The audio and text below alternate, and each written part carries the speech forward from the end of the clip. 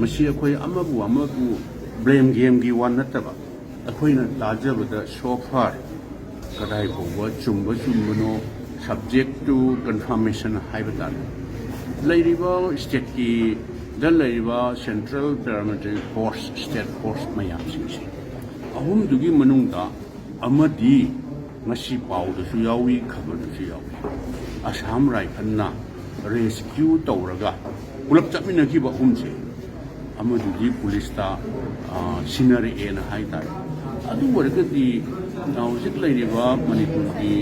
situation law and order की फिल्मसदा government of India ने दरकार लैरे हाइना तोंगानबा असम राइफल दि हानबु बॉर्डर ngaकना मोइदि मसिंग खंगदंगै लैबा हाइबा तारे मफम खुदिंग मक्ता मोइगी प्रेजेंस लैतबा अमते याउद्रबनी इंटरनेशनल बॉर्डर खंगदे स्वाइदा खंगदे अमदा खंगदे स्टेट गवर्नमेंट दा लॉ इन ऑर्डर सी मसी मेंटेन तौबदा मतेंग पांगनबना भारत सरकार ना थारैनेबा अदु ओरगदी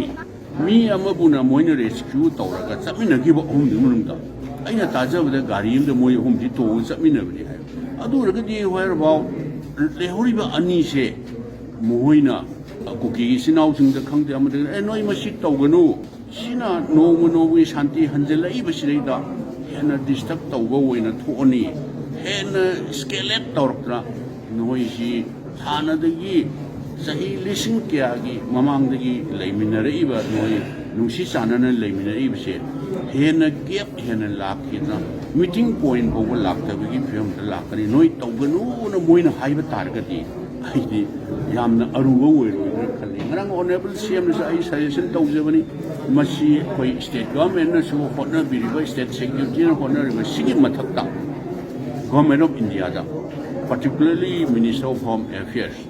ऑनरेबल होम मिनिस्टर की इंटरवेंशन नमा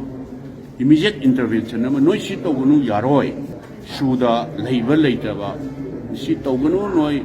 sumaina kudong saba launa dan tawragadi